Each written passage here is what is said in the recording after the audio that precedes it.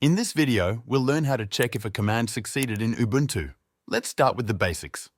When you run a command in the terminal, it returns something called an exit status. This exit status is a number. If the number is 0, the command worked. If it's anything other than 0, something went wrong. To check the exit status of the last command, you use this special variable, $? It looks like this, $.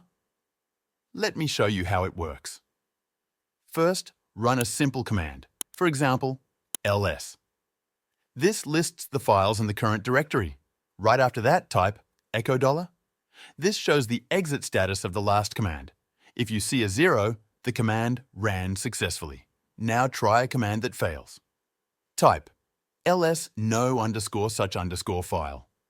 This will try to list a file that doesn't exist. After running it, check the exit status again. $. Now you'll see a number that is not 0. That means the command failed. You can use this in scripts too. That's it.